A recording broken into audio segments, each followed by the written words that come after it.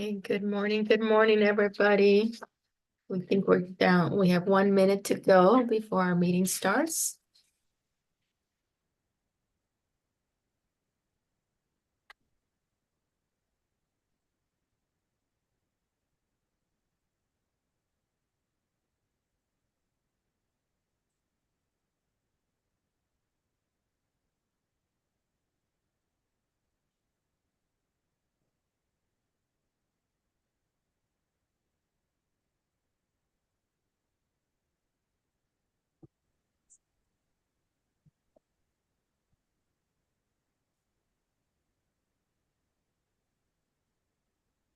Okay. Good morning, Senator Marr. How are you?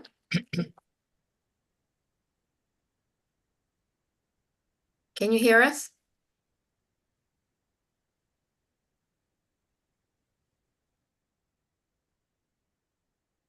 Can everybody else hear me? Yeah, okay. So let me send a text real quick. The first.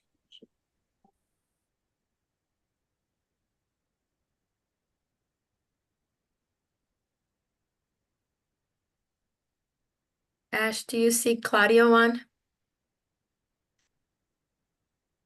Mm, Not yet. Okay. not yet, yeah. No.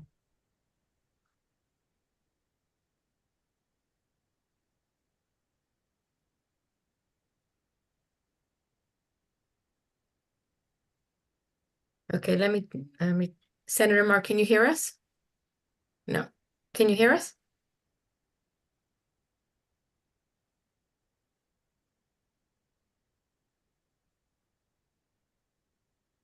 Can you hear us? No.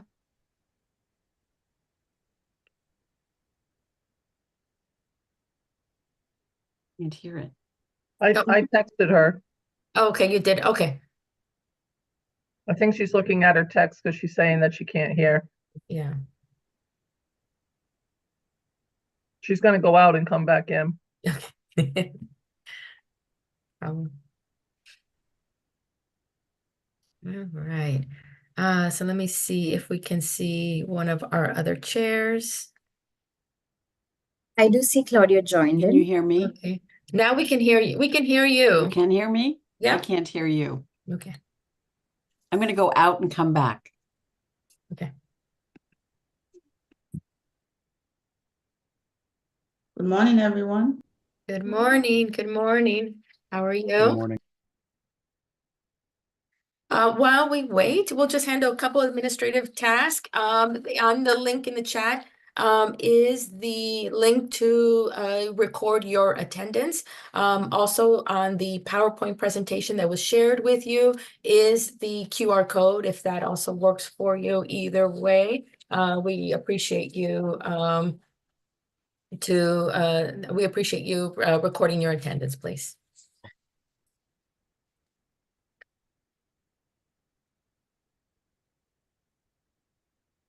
Can you hear me? We can hear you. Can you hear us? I can't hear you. Can't hear I us. don't know why. Okay.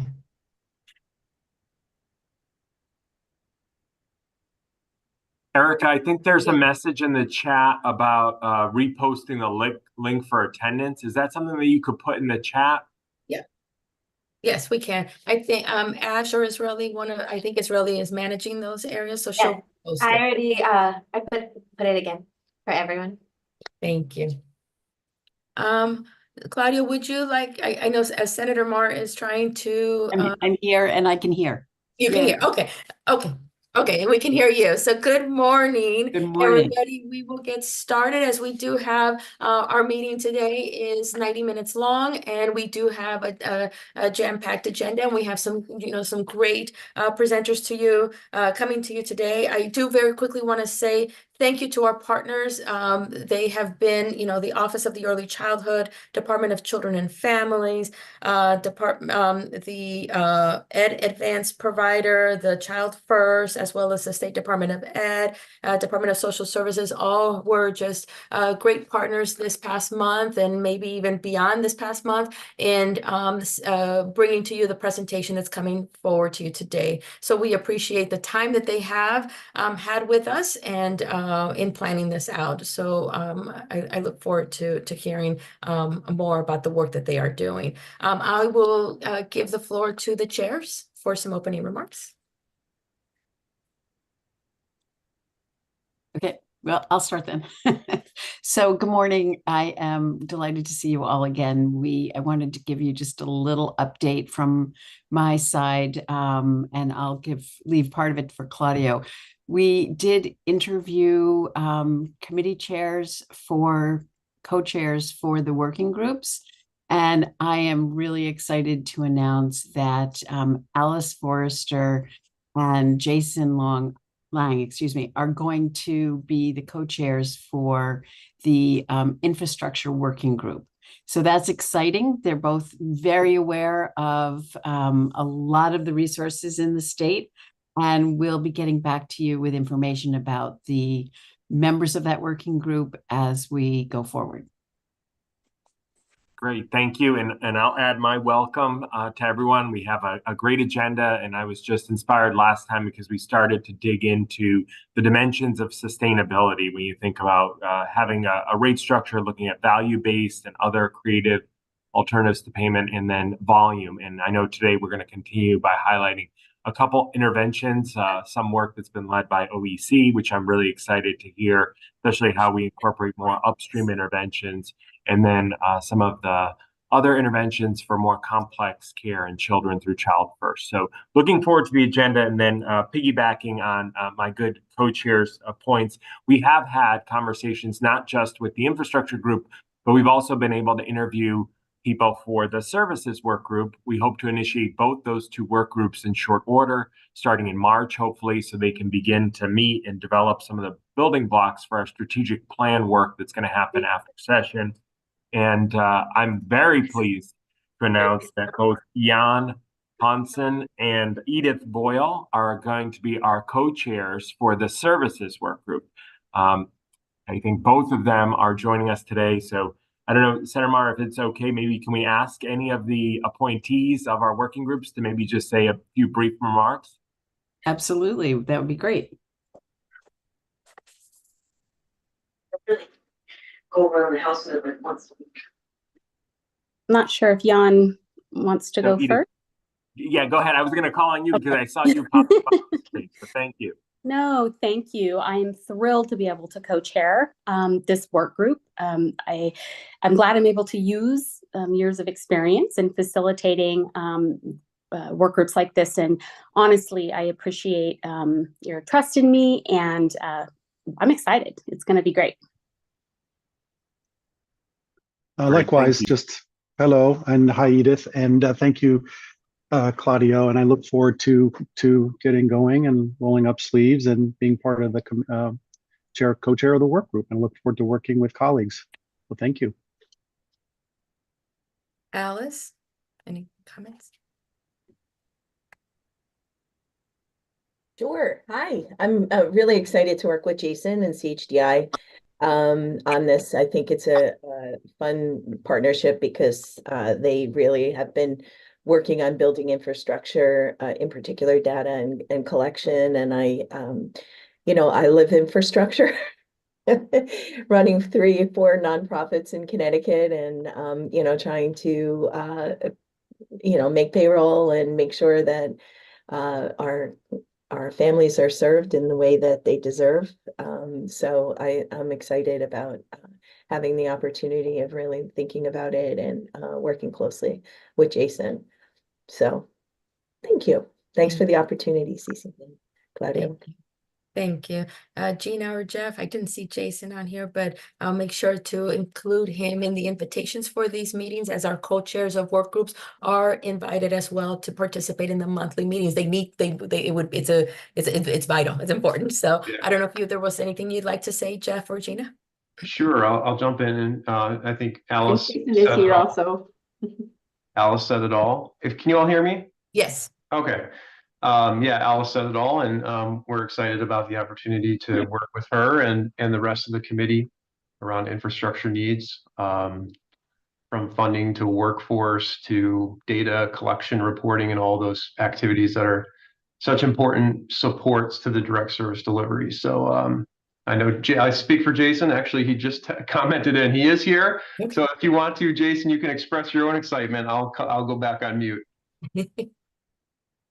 No, thank you. I am very excited about this, and especially about working with you, Alice. So look forward to it. I think it's going to be a lot of fun and very challenging, but look forward to it. So thank you for the opportunity. Thank you. And I want to thank you all for, you will be hearing from my team in the sense of next steps, because the next step would be that we come together to meet, to just preliminarily map out sort of the what, the when, the how, kind of before, and then the list of, we already have from our first initial meetings, several individuals, whether they were part of the TCB committee or stakeholders outside of the TCB committee that have content knowledge and expertise that would be interested in being involved in the work group. So we already have compiled a list of names for you all. And so we'll be working on the logistics. So stay tuned for a contact from my staff to begin to plan that out. So I appreciate the time that we will spend together in the next several months. So thank you very much. Before we move on, would the chairs like to call for the acceptance of the meetings for January? Yes. Has everyone had a chance to review the minutes, and may we have a recommendation to accept them? So moved, Claudio. We have A second. Second. All in favor? Aye. Aye. Opposed? Okay, we're accepted. Thank you. As I mentioned earlier, again, express our gratitude to our partners who will be diving in this work today regarding the early childhood behavioral health system in Connecticut. You'll hear a robust presentation soon. Prior to that, though, I'm going to just give a very quick update, which was already hinted. Israeli, if you can go to the next slide, or Ash, that speaks to just a quick reminder, as you just heard, the announcements were made for the chairs for 2 of the work groups. We're going to slowly phase in activating work groups. And so right now, the infrastructure work group and the services work group seem to be the 2 that made the most sense. Not that the others are not priority as well, but if we stage these were the 2 that we would like to start with. As it was mentioned earlier, the goal is also to phase in the next work groups, whether it be prevention or school-based. You will be hearing in the next couple of months presentations from the school-based arena, and we hope to then begin to activate prevention and school-based. Hopefully, this is tentative timeline, but hopefully in May or June. And then in June, and for the month of June, we're going to engage you all, the TCB committee members and a few of the stakeholders in strategic planning. We're moving along with our level setting. So if you were with us in January where we did our day 1 for level setting, that was to dive deep into some of the areas of focus of services of the continuum of care.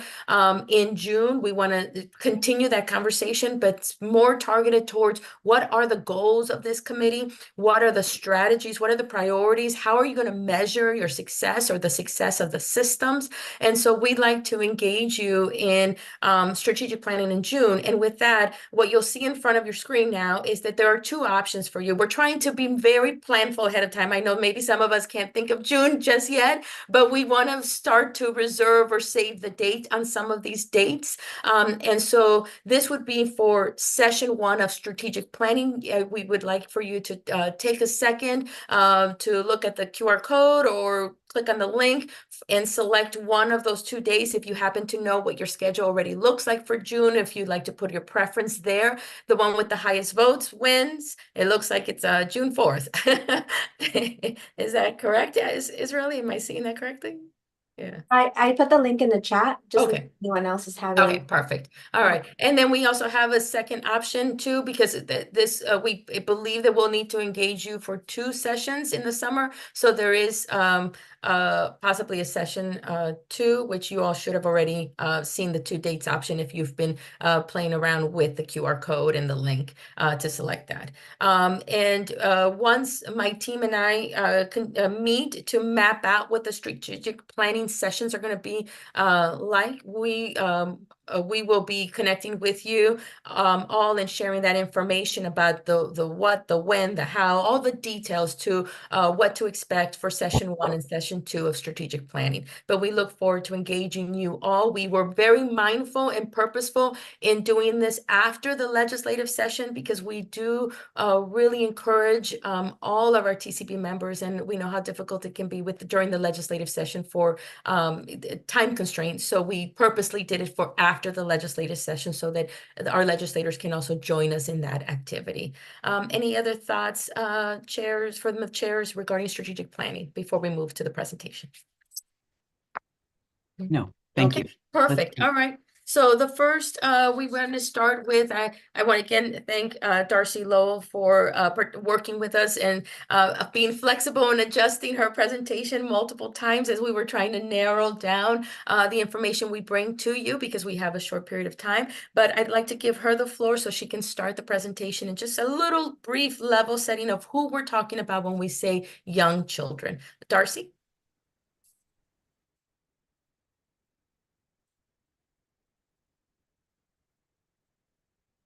Darcy, you're on mute. Darcy, you're on mute.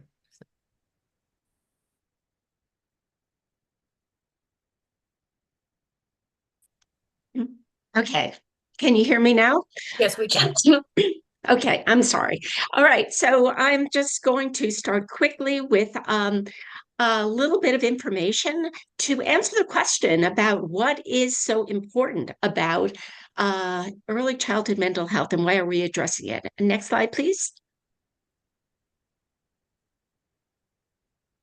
Okay, so one, we have to look at the prevalence of mental health problems in young children. And I'm talking about a group from 0 through 5 years, but truly, we have to think about it prenatally as well.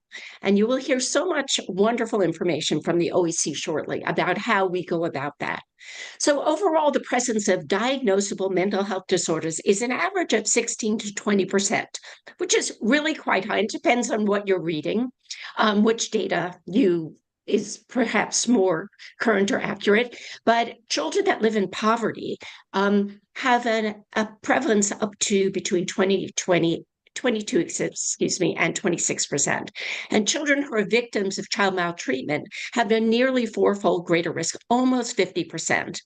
Now, what we know is there needs to be a continuum of care that's based on the level of need, because we know that each child and family are unique. So we need services that start with kind of promotion services and prevention. We talk about primary, secondary, tertiary prevention, early identification and screening, early intervention, intermediate level intervention, and intensive home-based treatment. And it's very important to think about this in the context of what is the right service for this family? When do they need it? How intense should it be? And where should it be? Because all those factors are really critically important to make this a good match. Now, all interventions with young children must include caregivers. We do not see children by themselves, because children exist within the relationship, and you'll hear so much more about how critical this relationship is. And the whole family benefits. If we're going to stop the pipeline of older children needing the kind of intensive services that we heard about earlier in January, on January 10th, and residential treatment and hospitalization, we have to identify and intervene at the earliest possible time.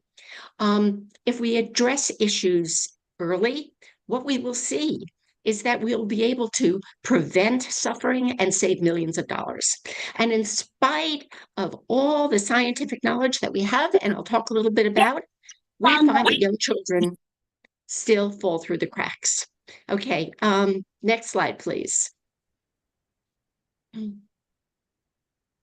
So just a little bit about brain development, because I am a developmental pediatrician, and I have to tell you about the first years of life, but I also have to start prenatally, because what we know about prenatal development is that there are 250,000 neurons that are created each minute, and that by birth, between the time of birth and 8 months of age, we have 50 to 1,000 trillion synapses or connections that are made at a rate of 1 million per second. I think that is astronomical. But by 3 years of age, 80% of brain growth is complete. So this is the context in which we're thinking about this. And this is so important because the brain forms so early. Next slide, please. So we have to understand that these neural networks in the brain are wired from bottom up. Okay, so early connections that are made early serve as the scaffold or the foundation for all later connections and all future learning.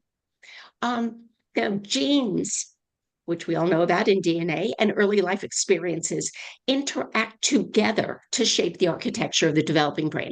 So we used to think it was nature versus nurture, and there was an argument, but what we know now is it is nature and nurture that interact together that are so critical, that form the brain development. As a matter of fact, we know that in the face of stress, when there's high cortisol, that can damage the developing brain. We know that things that come from externally, the external experience, actually gets into the DNA of our cells and can turn on and turn off genes. So we have to think of this as a dynamic process. Now, the caregiver-child relationship is the absolutely most critical part of this, because we can control that in terms of what opportunities there are for intervention. So it is the back and forth interaction of contingent reciprocal responses between the parent or caregiver and the child. Jack Shonkoff calls this serve and return. He is the foremost developmental pediatrician in the country. And this largely determines how the wiring of the brain is going to take place and whether that foundation is going to be strong and solid or weak and fragile. So we have to also think about brain plasticity. It's also called malleability, because it's enormous at birth. So if you look at that graph on the right, you can see that red line very high, but then it decreases over time. So during this time of malleability, change is very easy. So that other peach line on the bottom shows how easy change is, but over time, change is extremely difficult. As a matter of fact, it's extremely costly. And when you look at the data, for every $1 invested in mental health programs for young children, it gives back $3.64 in prevented treatments later on, according to 0 to 3. Next slide, please. So I'm going to talk to you about promoting. How do we promote the health of our children? Well, it's important to start with the definition of what infant and early childhood mental health is. And again, this comes from 0 to 3, which is the foremost national organization looking at child development and mental health. And what they say is infant and early child mental health is developing capacity of the infant and young child to form close and secure relationships, experience, manage, and express a full range of emotions, and explore the environment and learn. And we have to always remember this is all in the context of the family, the community, and the culture. So what we know definitively is that when early relationships, excuse me, are protective, nurturing, responsive, stable, and predictable, that children thrive.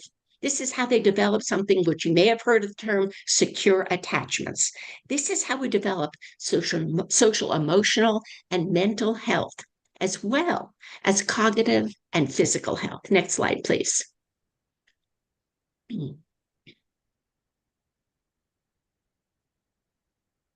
So I don't croak as much. So now what about the brain science when it comes to the impact of adversity? Because that is so critical. We know that high levels of stress and adversity can significantly damage the young developing brain, because these experiences that come again and again actually rewire the neural pathways so that they are primed to be on high alert. Now, you can see the list of these are phrased as these are the stressors that so many of the families in our state, in our country that we work with are experiencing. And these stressors, especially ones like, extreme poverty, domestic violence, trauma and child abuse, caregiver depression, PTSD, substance misuse, homelessness.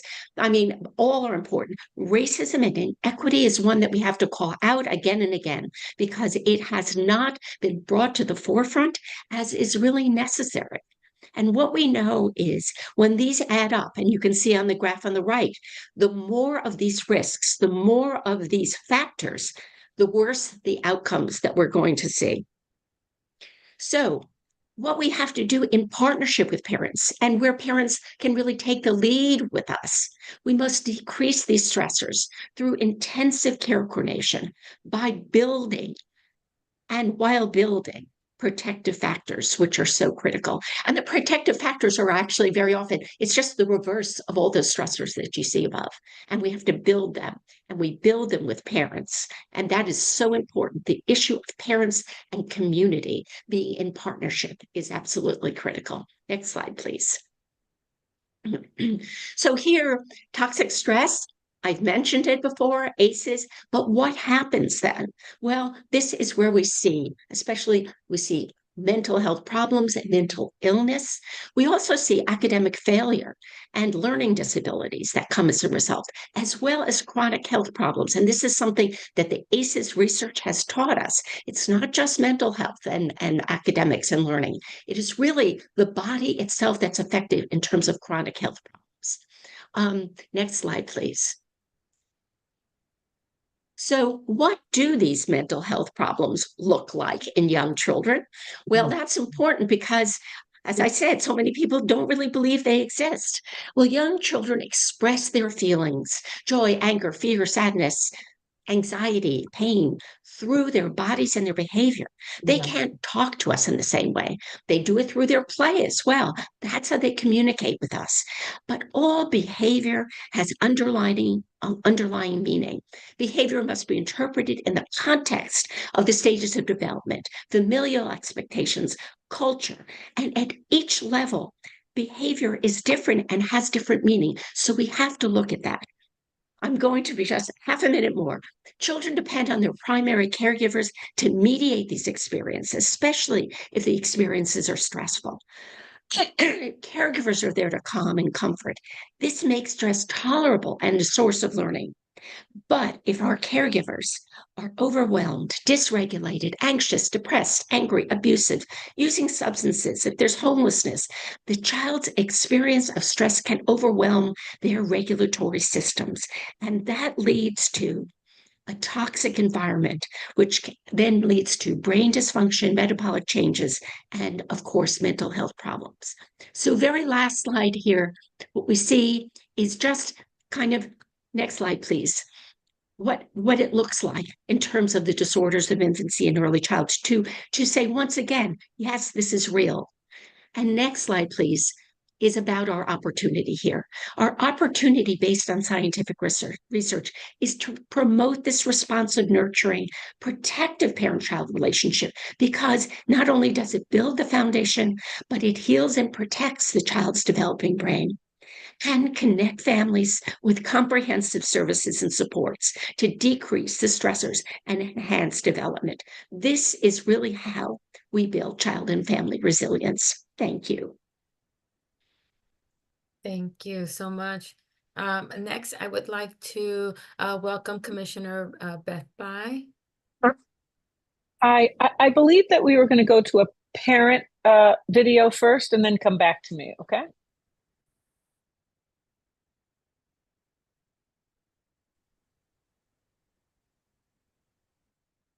Sorelli and Ash, do you have that?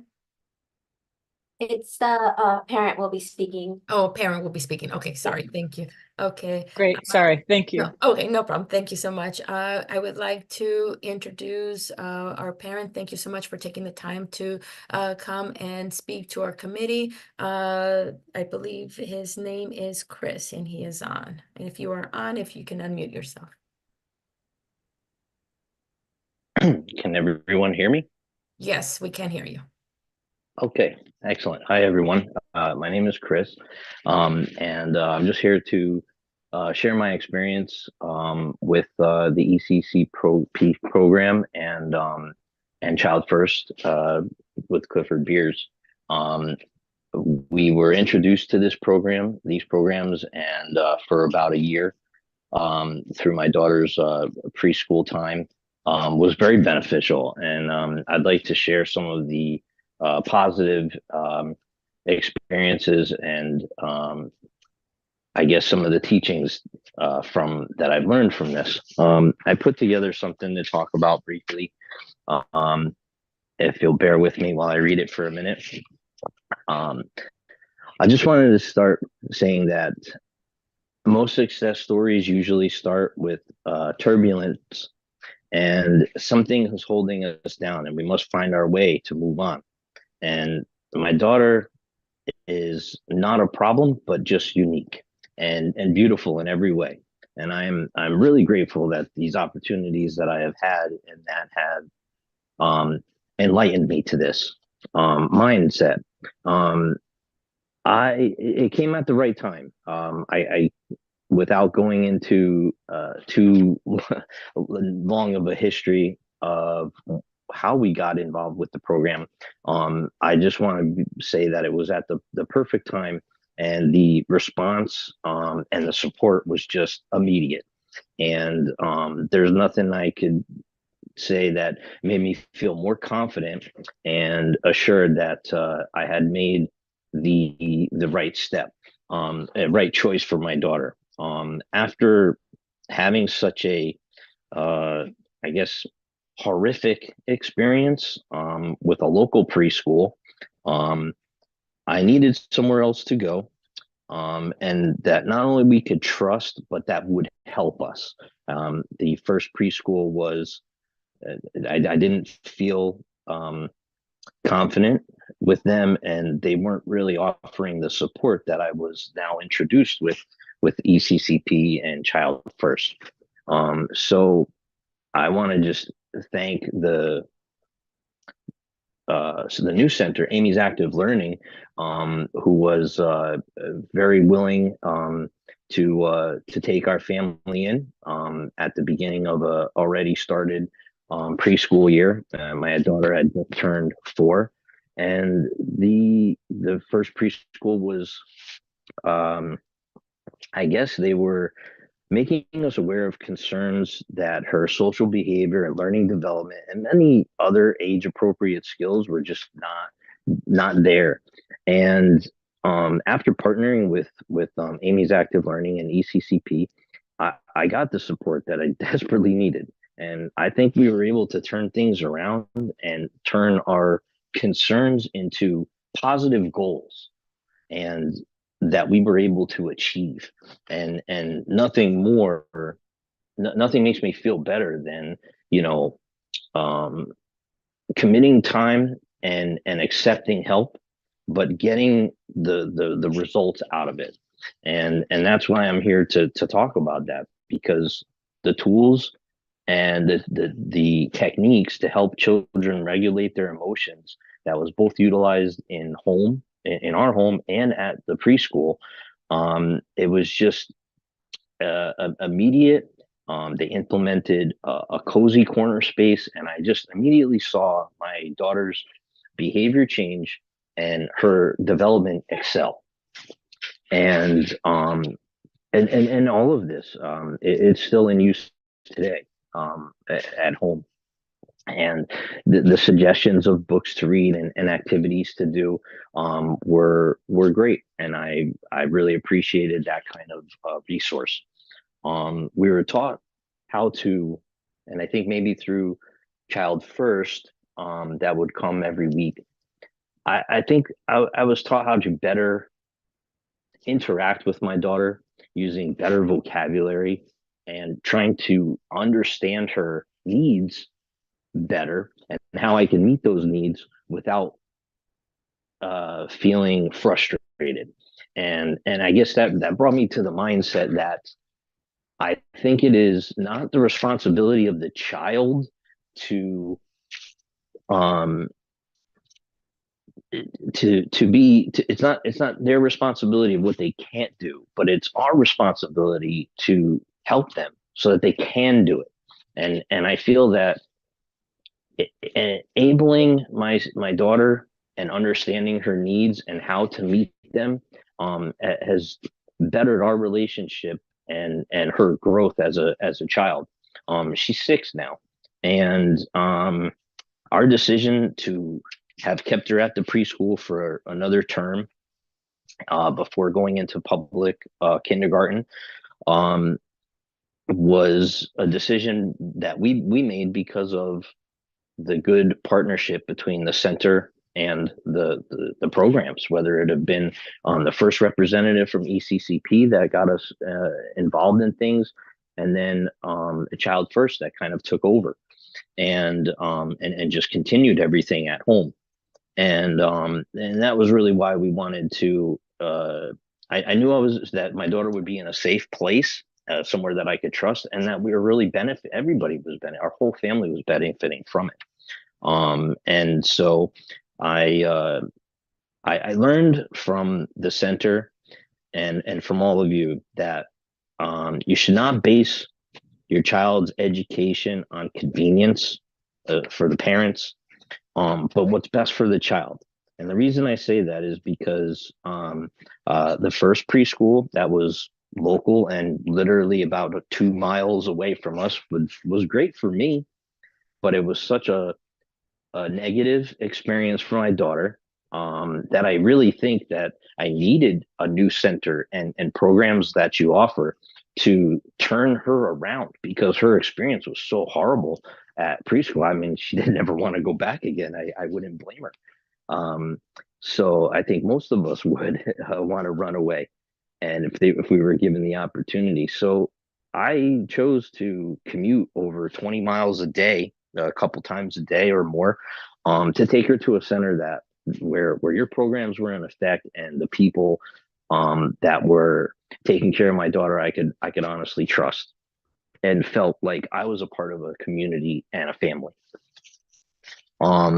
And I think that I haven't adjusted my mindset, and I am trying to embrace that philosophy that a child, not what they can't do, but we need to help them so that they can do it.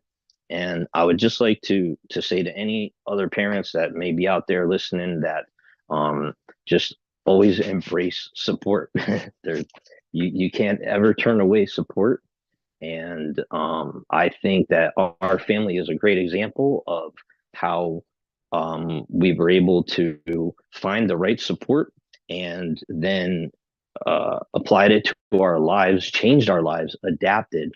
And I think now my daughter is doing great in kindergarten, and she's in public school. And I really don't know if we would have been at that level had I not been introduced to all this stuff. So just thank you again for everyone, and please continue, because I would like to hear that other families can benefit in the way that I did, or my family did. And I want to see other children thrive and not be judged or labeled, or hey, this is just not for us. She doesn't fit in this community. Let's get her out of here, And I felt very welcomed by everyone, and a great relief knowing that I was working with people that were supportive, and that their methods were true and logical and effective. So again, thank you everyone, and I appreciate letting me speak for a minute, and I hope that what I've shared with you all can help move things forward and keep your programs in effect. Thank you so much, Chris. I really No appreciate problem. your feedback. Commissioner Bai, would you like to have the floor back? Yeah, thank you. And if someone can put up the slides, Chris, thank you so much for that. And Darcy, it's really good context to begin the remarks from the Office of Early Childhood. So the Office of Early Childhood, you can go to the next slide, is an agency that was formed from multiple agencies to create more coordinated services for early childhood with a real prevention mindset. And I think as an agency, we move more and more toward prevention. We really recognize that it's a two-generation approach. You heard Dr. Lowell talk about the importance of that caregiver-child relationship. And I think if you look across OEC services, what you see is that we stress that caregiver, parent, child relationship. So this just slide, I'm going to go quickly because I want Lorna and the rest of my team to be able to get to some of the very specific services. So we came from multiple agencies. We created a single Office of Early Childhood. Next slide. And then, as I said, we really partner with families. We have hundreds of thousands of children under the age of 5, and we work to support parents, teachers, early childhood programs, behavioral health approaches to help children and families thrive in Connecticut. Next slide. I want to spend a little more time on the services. So I'll speak to the early care services, and then I'm really grateful to be joined by Lorna Thomas Carson from my office, who helps us have a more unified approach to behavioral health in young children. Ashley McAuliffe is here from our home visiting program, and Nicole Cosette from Birth to 3, and Deputy Commissioner Elena Trueworthy is with us as well. So child behavioral health is tied up in everything we do at OEC. A high quality early childhood education really helps children and helps families keep jobs. We know that poverty adds toxic stress, and when you have reliable childcare, that's good for the parents' stress levels, for their financial levels, and also really important for the children's brains. So we in Connecticut have state-funded spaces. We have public school spaces that we fund. And we also have childcare subsidies for thousands of families. And we have almost 20,000 children in public preschool, all that giving structure and routine to children and support to families. Ashley, do you want to speak to home visiting quickly? Sure. So within the Family Support Division lives the Connecticut Home Visiting System. And within this system, we have 5 evidence-based home visiting models that are implemented across the state through 19 LIAs and 25 subcontractors. The models include Nurse Family Partnership, Parents as Teachers, Early Head Start, Child First, and Healthy Families America. And through these models, the programs aim to improve the health of young children by connecting parents and expecting parents to a home visitor within their community who can provide supports to the family in their home, in the community, and virtually at times. Great. Thank you so much, Ashley. And Nicole Cosette is also on, who will give a brief overview of Birth to 3, which also supports families and children, and really is very focused on parents as their child's first teachers. Nicole? Thank you, Commissioner Byatt. I'm Nicole Cosette, and I oversee the Birth to 3 program here in Connecticut. And that's a federal program that focuses on supporting families who have children with developmental delays and disabilities. We operate under Part C of the Individuals with Disabilities Education Act, or IDEA, which works closely with Connecticut State Department of Education and other state agencies who are on this call, including DSS, DCF, and others, to implement our system. On the ground, it looks like we have 19 contracted programs to implement the Birth to 3 system and are supporting families in their natural learning environments, meaning we're going into the home, into the community, parks, grocery stores, wherever that child is in their day-to-day, which also includes childcare settings. So that is a quick overview of Birth to 3. Thank you so much. And then we also have a state Head Start office that works to coordinate that federal program with state programs. And I think you could hear there's a lot of cross-agency collaboration. We try to leverage Medicaid dollars. We try to leverage best practices from Head Start to our early childhood programs across the state. And Claudio mentioned something that I want to mention quickly, which is, some innovative programs for prevention. Like DCF has shifted to be more prevention focused. We have collaborated with Department of Public Health, Office of Health Strategy, Department of Social Services, I think I said Department of Public Health, to launch a universal nurse home visiting program in Bridgeport. I know Representative McCarthy Vahey is on. She visited with us as the program was launching, that every baby born in Bridgeport hospitals will get a home visit, and that home visit will be 1 to 3 visits from a nurse, and then connected to community health workers to make sure that right at the start, families have what they need. And the next steps there are, we are doing planning in Norwich for babies born in Norwich, and have a contract now to do a sustainability study to keep it going and think about how we expand to other parts of the state. So that's another exciting initiative. And the data on getting to parents at the very beginning and supporting them and their parenting is very strong. So I'm going to turn it over to Lorna now to take you through more specific services targeted at behavioral health at the office. Lorna? Thank you so much, Commissioner Bai, and good morning to all of you here. If we may please go to the next slide. Before sharing what those initiatives are, certainly do want to recognize the mission and the vision that the OEC operates by. It's important when you have a goal, when you have a path, that you know what your path or goal is operated by. And so wanted to include this information for you all to understand what our mission is and vision. And with that, the purpose of why we're here this morning, the next slide, please. In terms of how we conceptualize behavioral health, the way that we like to view it is recognizing that behavioral health is an umbrella that is comprised of mental health, spiritual health, and physical health. We certainly know that with respect to mental health, that includes our emotions, our social and psychological functioning. And physical health, there is a strong connection between our mental health and physical health in terms of our normal everyday functioning. But we also recognize spiritual health. Now, before anyone gets concerned and thinks that we're talking about religion, that's not what we're talking about. We're talking about recognizing a value or purpose in life. Well, how you identify what your value is or what your purpose in life. And that is also something that makes up our behavioral health. The three of those together, again, comprise behavioral health. And this is something that relates to all of us. All of us have some degree of behavioral health, and all of us have some degree specifically pertaining to mental health. And with that, going to the next slide, please. Within OEC, we have various different initiatives that we use to address our behavioral health.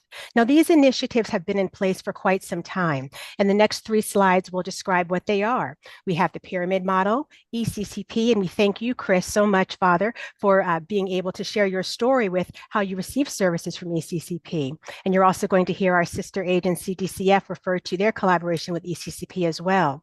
We also have insecure housing training and support. This is something that in various meetings we've had here within our TCB committee, we certainly have talked about the presence of housing insecurity. So that is a very relevant piece that we need to address proactively. Suspension and expulsion. This also is something that we need to be aware of, because there have been situations where preschoolers have been suspended from programs.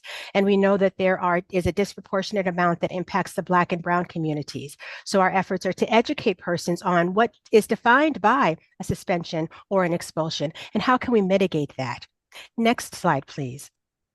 Mind Over Mood is an initiative as well that is one that is looking at how we can, on a front end, address and support a mother as she's going through caring her child prenatally, and how to be of support to her even postnatally as well. CT AIM, that also is another initiative. And again, we partner with DCF with respect to those services.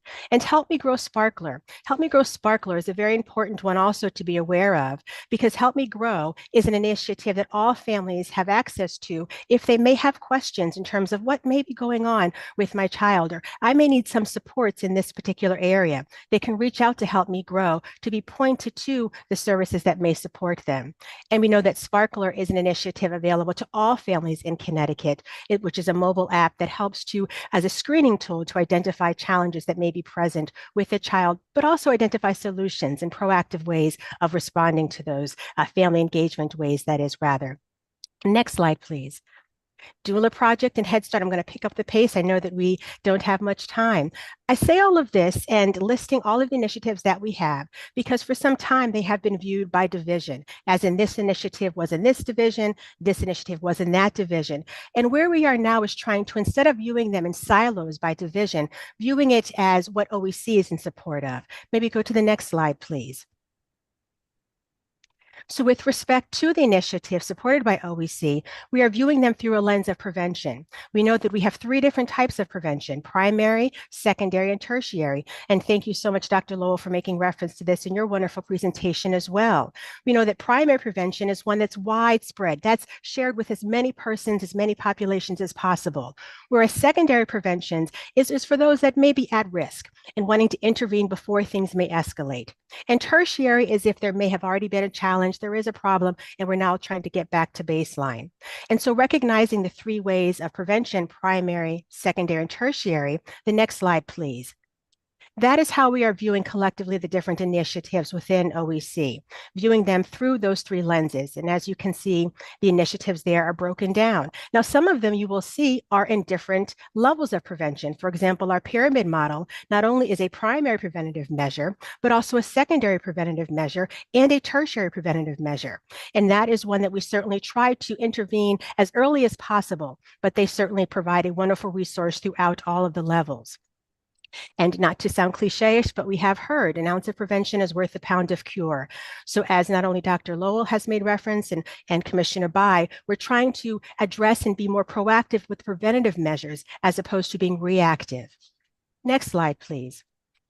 Just have some quotes here as well as pictures of these adorable children reminding us as to why this is all important. And I'll just read aloud one quote here.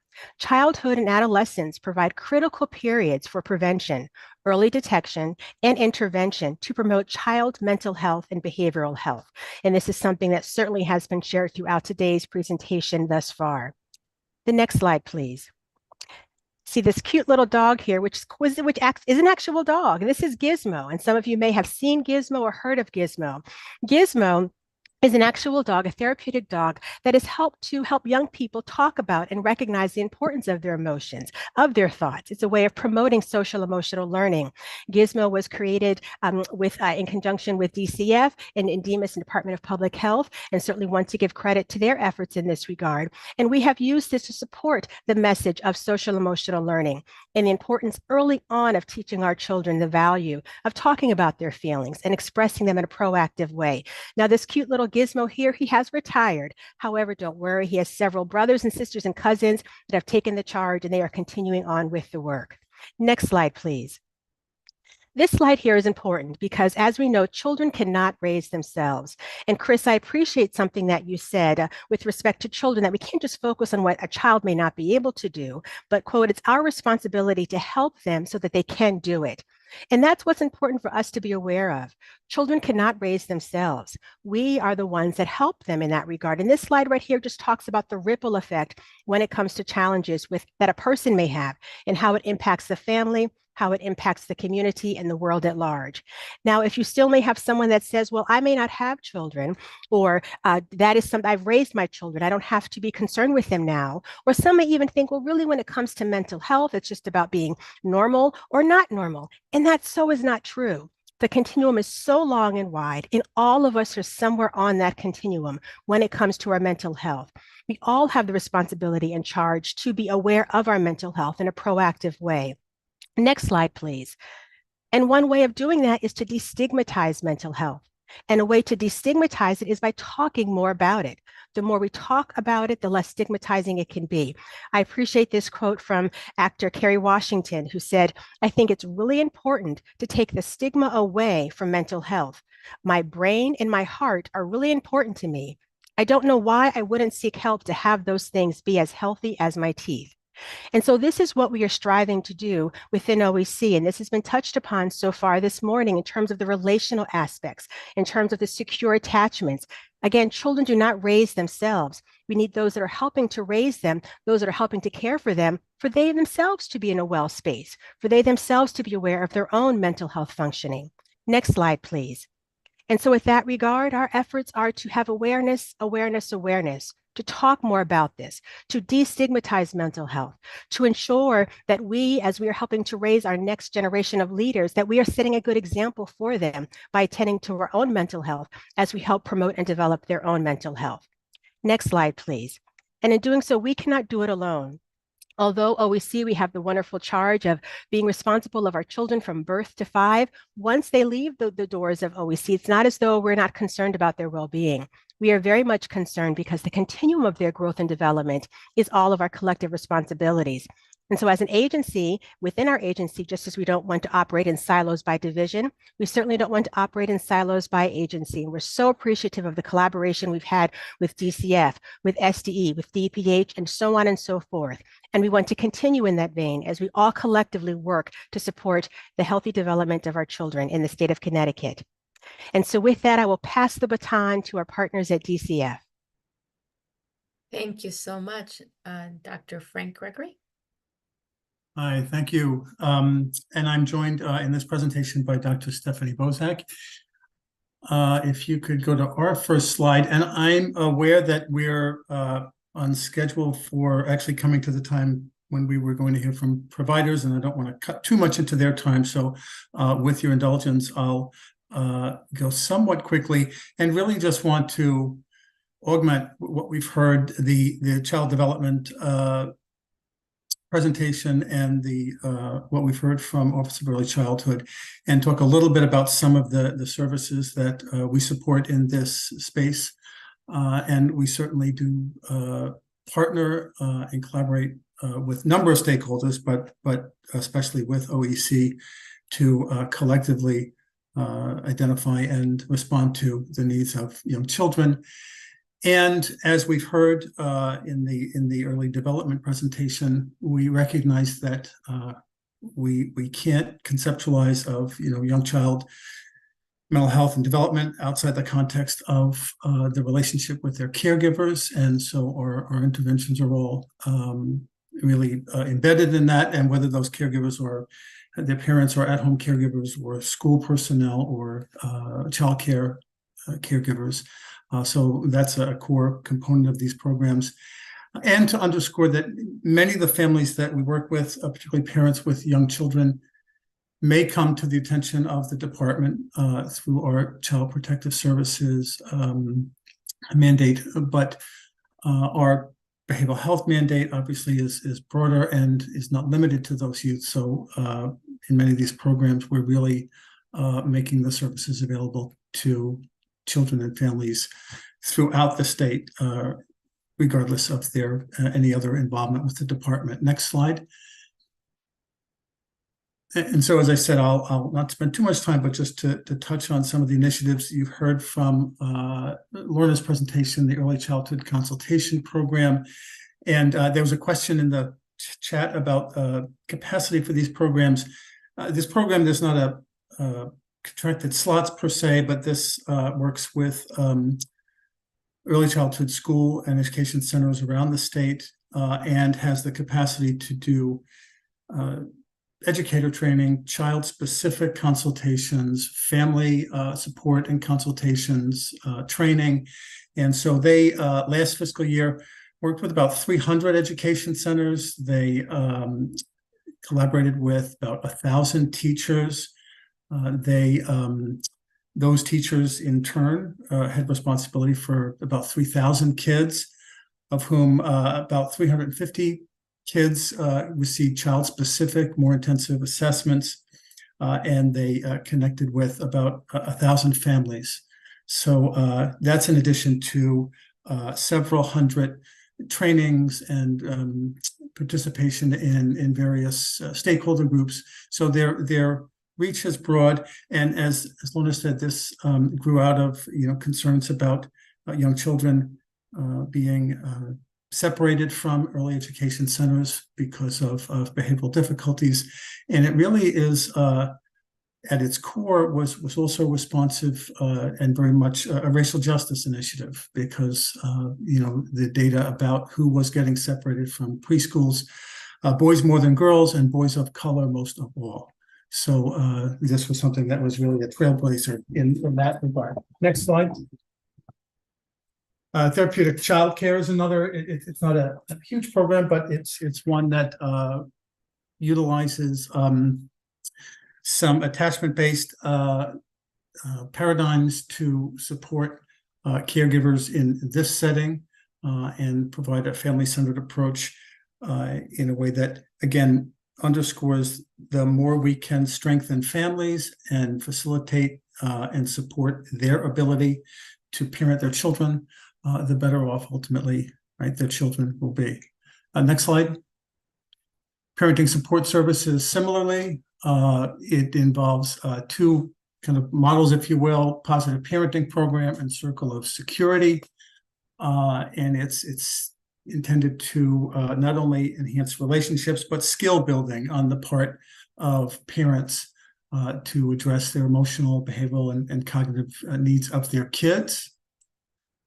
Next slide. Again, I'm conscious of our time, so we can certainly circle back in questions to any of these. Family-based recovery is a model that was developed in Connecticut by the Yale Child Study Center in collaboration with some other stakeholders, and is for parents of infants and young children where substance misuse is an issue that is impacting their ability to be safe and to parent their children. And it really is embedded, again, in that construct that recovery in this instance takes place for parents in the context of their families. So this intervention has components that look at not only adult substance use, but more specifically parenting, attachment, child development.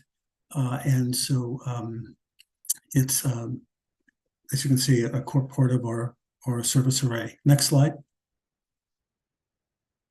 Child first, and I'll touch only briefly because we'll hear from Dr. Lowell on that more specifically. But it's, as you'll hear, an evidence-based model that's, again, works with that dyad, right, child and parent, to address the needs of young children. The question about our capacity, this is our core contracted capacity, if you will. It totals to about 600. As we may discuss, there have been different additions and changes in some of the contracting over the last couple of years, but these are our core contracts, which we are continuing. And so we will continue to support about 600, a capacity of about 600 service episodes a year. Next slide. And the Connecticut Association for Infant Mental Health, which we've heard alluded to a couple of times, we support in partnership with OEC AIMH's training initiatives, and they support, train, develop, credential infant mental health and early childhood clinical providers around the state. And so this really is a mechanism to expand the reach, if you will. We've talked about some of the contracted services, but one of the things AIMH does is not only reach the clinicians in those contracted services, but also clinicians in the network of outpatient clinics and independent providers. So their training and credentialing is something that expands the competence and competencies of the workforce in this important space. I think, and again, with apologies for kind of jumping through that quickly, I think that's the end of mine. Happy to, when we get to questions, to respond. But Erica, I think the next slide would take us to the next presentation. That is correct. Thank you so much. And the next presenter is Michelle Anderson. Michelle, I think that you might still, I saw in your in the chat having some problems with your screen, but we can monitor the slides. Great. Director of Early Childhood and Family Programs at Advance, excuse me. You have the floor. Great. Thank you so much. Hopefully you can hear me. And I just saw a helpful tip from John from the State Department of Ed, but I won't take time to try it. So who knows? I wore a nice necklace. No one can see it. So I'm sorry about that. So I'm going to talk a little bit today about the trauma of homelessness and the impact on very young children and families. And you can flip this slide. And basically, I think when we think of homelessness, we do not think of social emotional, or we don't think it's a behavioral health issue, but it really is, because these early and chronic exposures to this toxic stress, these constant stressors, this trauma really does, especially, and I love everyone who went before me because they talked about all the theory and all the programs, and I'm going to really get to focus on what I love, the programs, but it really does change the architect of the brain, and it really does have long life physical mental health consequences. So we can turn that slide. And I'm going to go very quickly. I think that had some data in it. I'm not seeing the data maybe. Oh, it's coming. But you know, one of my main hats at EdAdvance is that I'm also the McKinney-Vento liaison for we are an agency that serves school districts. We're put in by legislation. We're here to help school districts.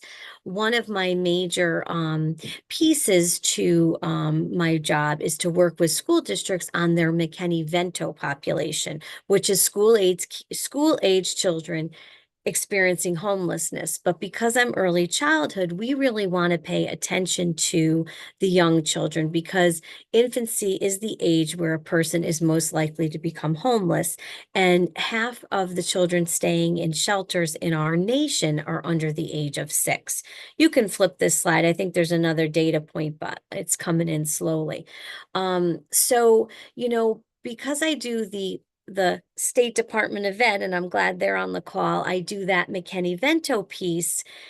What we were finding is that we're seeing all these younger children. So, you know, and all these younger children experiencing homelessness, there's definitely impacts of trauma and contributors to mental health: low birth weights, inadequate nutrition, disturbances of sleep, illness, developmental delays.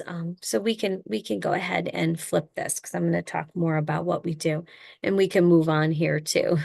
I may skip these slides of the different impacts of homelessness on the different developmental stages, but you know, just for example, we have babies in the shelter, and some moms go right from the hospital to the shelter. And, you know, I think when you are about to have a baby, or you have the baby, you really want to know what your environment's going to be like. And this unpredictability and this inability to meet basic needs right out of the gate really does have some lasting effects of trauma. So we can go ahead. And we also have moms that don't seek the right prenatal care.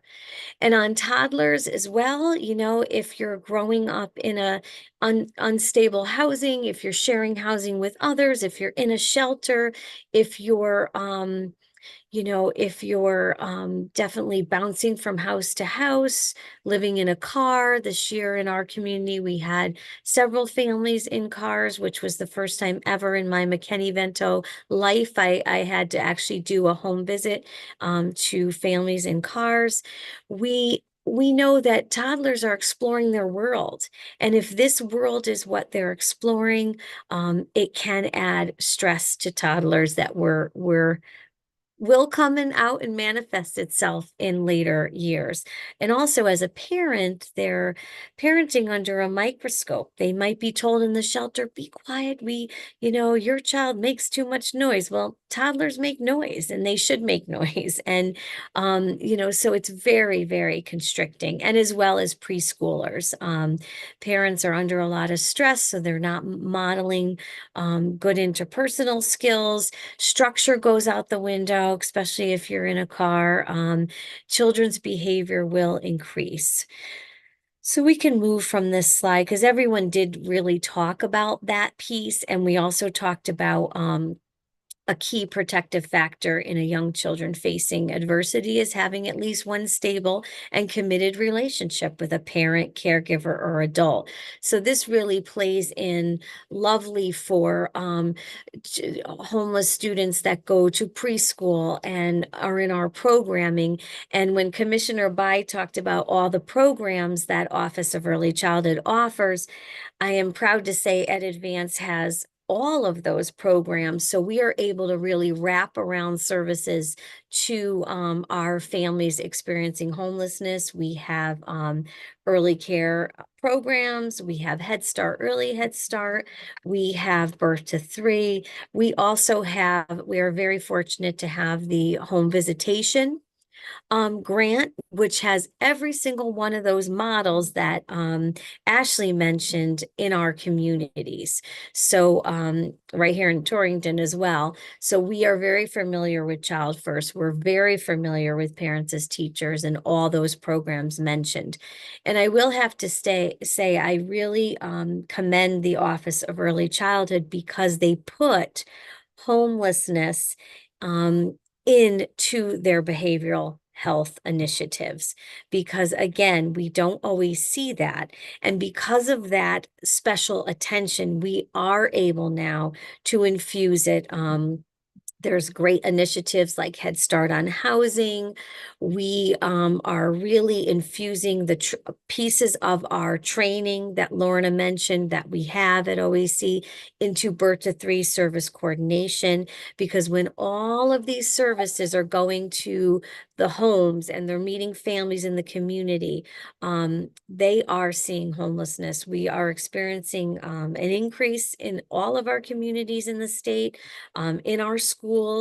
So really, we have a good system in place in our area for really working with all these wonderful programs. We work really closely with DCF, with CT-AIM, but we really, as a state, have the makings to really work and wrap our arms around families, because this is a health issue. This is a social determinant of health.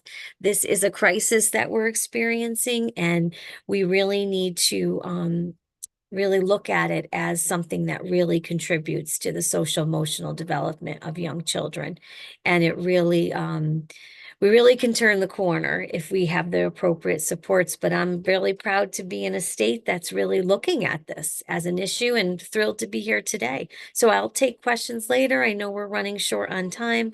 I skipped most of my stuff, but we're okay. Great. Thank you so much. Thank you so much, Michelle. I'd like to give the floor back to Darcy to provide a little bit more information on Child First. Darcy?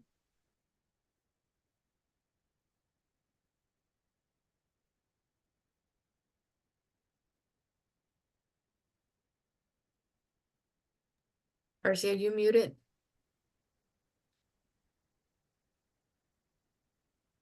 Hi again.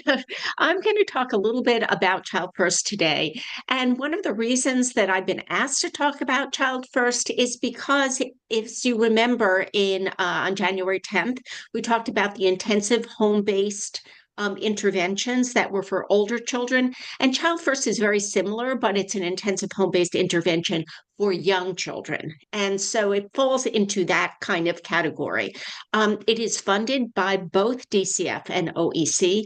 And as you see, like ECCP is a collaboration between different of our state agencies, which is so wonderful.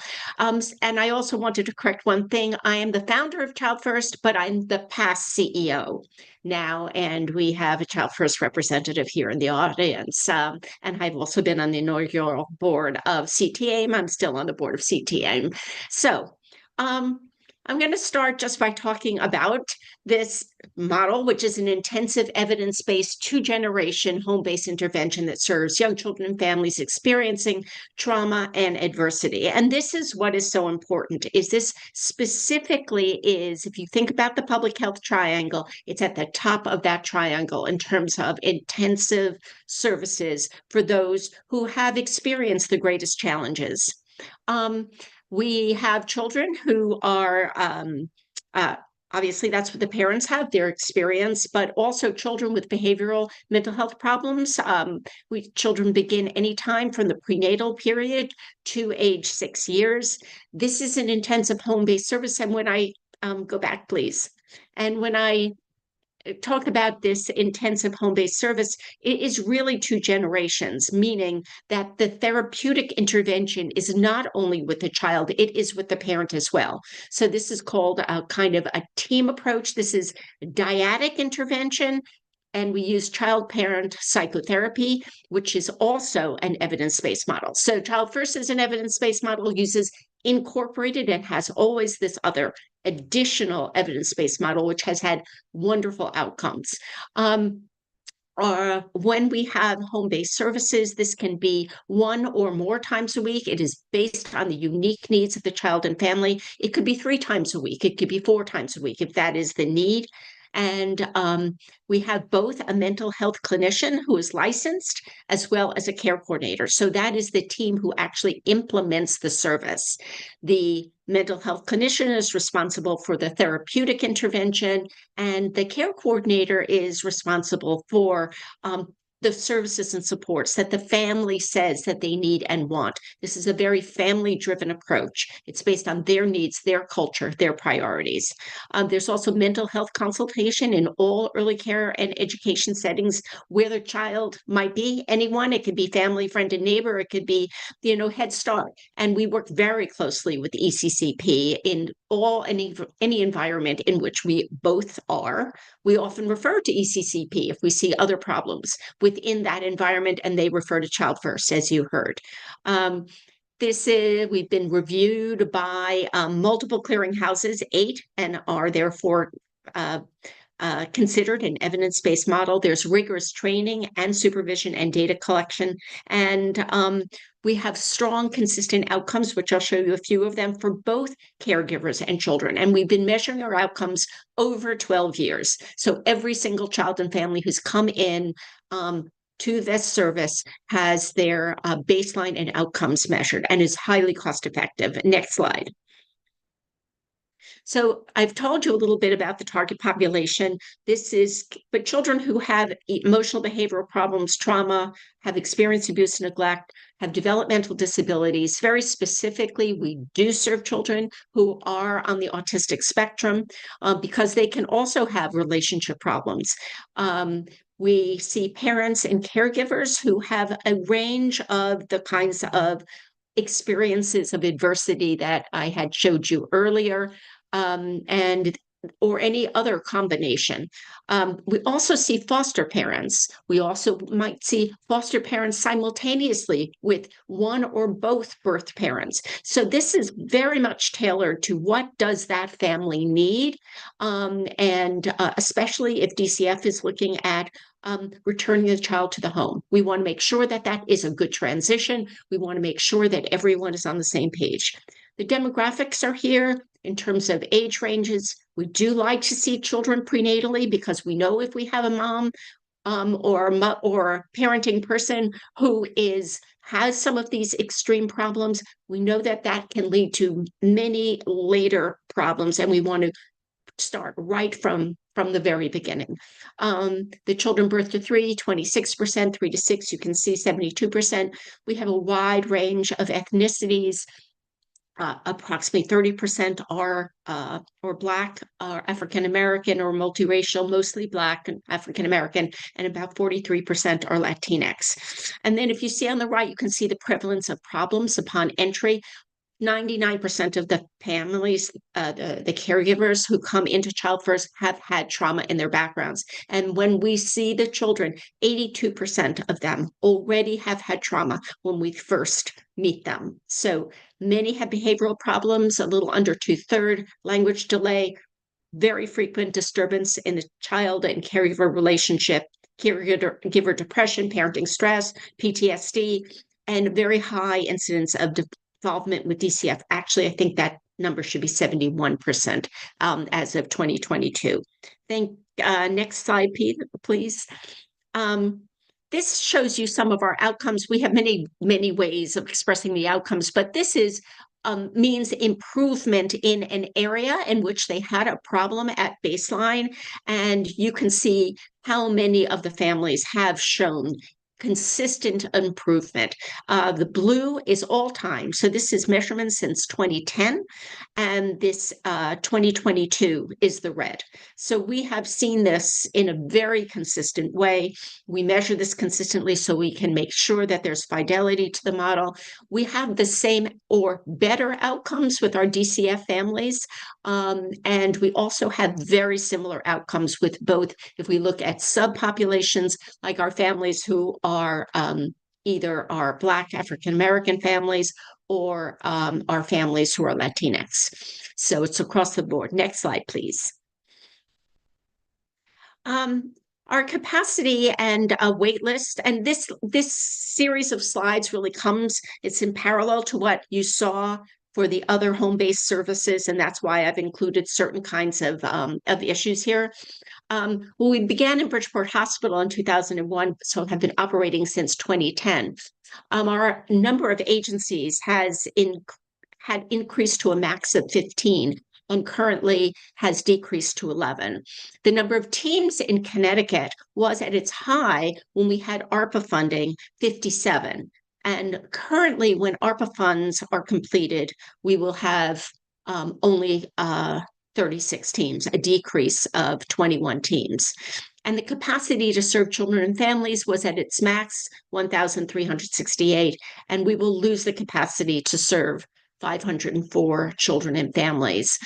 So this is one of the reasons that this presentation is here today, because it is somewhat of an emergency here, because so many children and families who have these very, very major issues are going to be unable to be served because we don't have enough teams, and in the state of Connecticut when all the ARPA funds have been completed.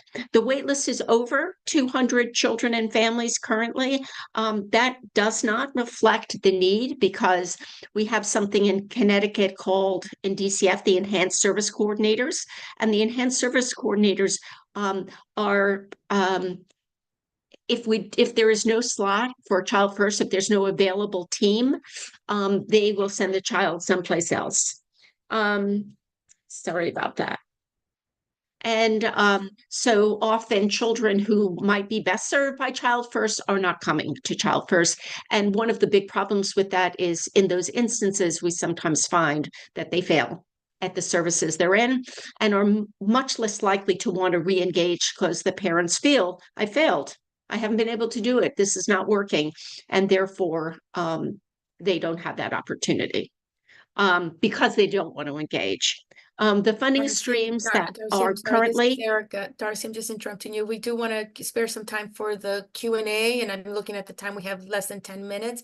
I think there's a lot of questions, so just want to, if there's ways... Yes, I'm just about done. I will finish in a second. Just to look at the current funding streams here, that was asked before, and the future possible funding streams are on the right side. Next slide. Darcy, no, I'm going to have to interrupt you. We do have a few minutes. I mean, the board needs an opportunity to ask questions. So I'm going to thank you for the presentation. You had presented 2 times today, and I do want to at least leave 9 minutes for our board members to react. There was a lot of information. Okay, thank you. Thanks very much. Yeah.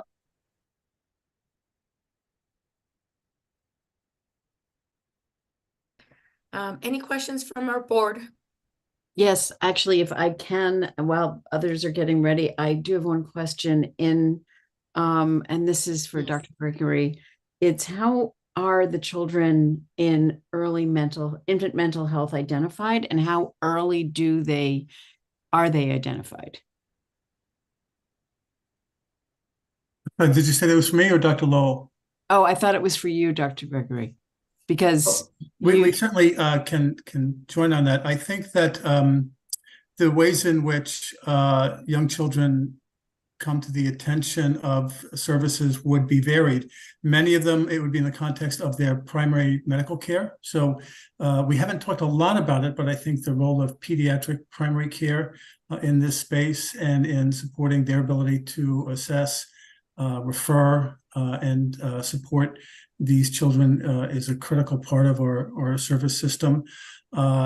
Other youth, as we said, do sometimes come to the attention of our system through Child Protective Services if there are concerns about a child's functioning. But the other, for not for infants, but for young children, some of those early education centers we talked about, or their child care settings. So I think that's that the reach and spread of some of these initiatives is really trying to reach families where they are. And so I think the two things, the early childhood daycare and education centers and the pediatric primary care practices, as well as certainly hospital practices would be key. I don't know, Dr. Lowe, if you have other thoughts. I totally agree with you. And I think that we are underutilizing the ability of pediatricians perhaps to be able to identify the children and families.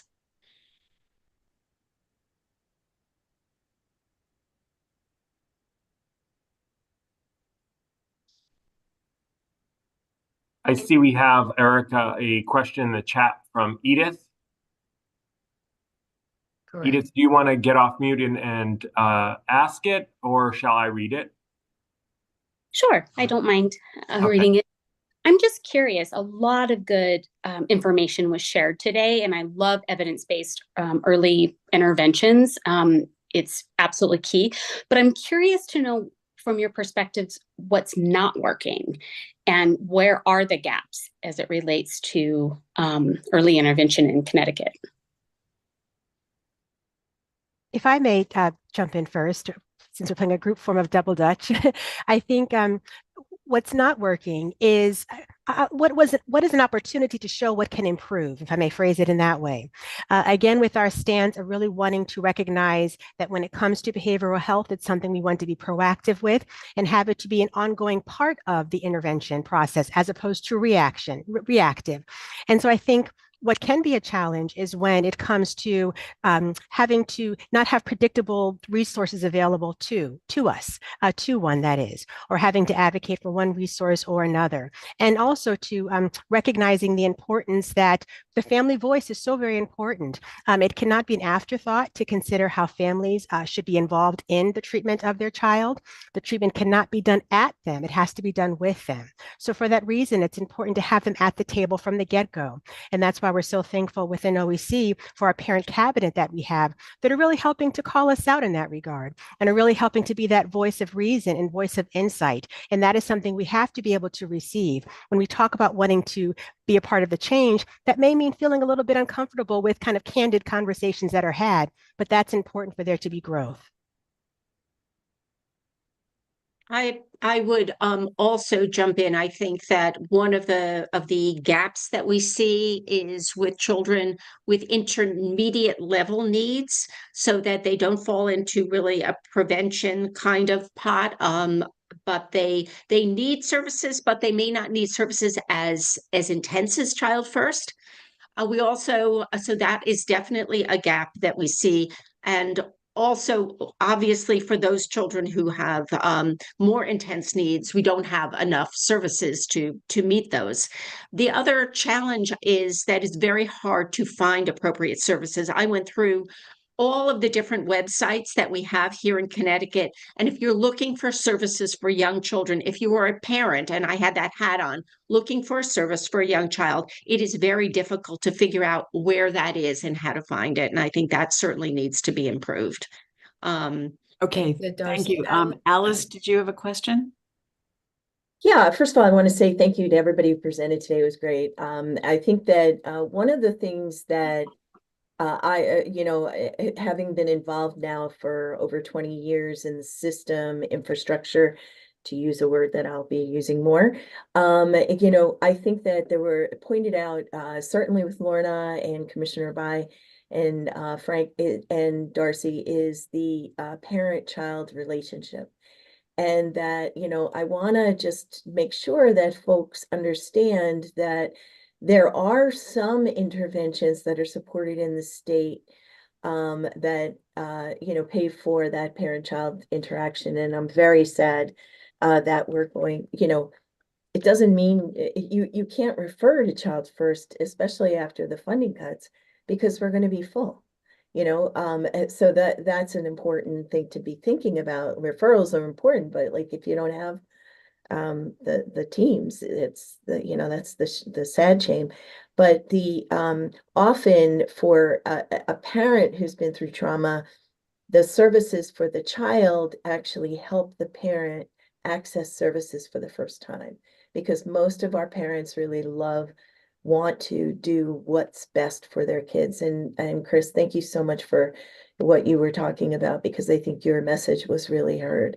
But there aren't a lot of programs that are designed, or funding streams that are designed to serve both in the way that you heard today. And that's something we need to look at from a cost and infrastructure. Certainly Commissioner Bai and OEC has tried to do that. DCF does, also, but it's such an enormous need to do both the parents and the child, whatever age.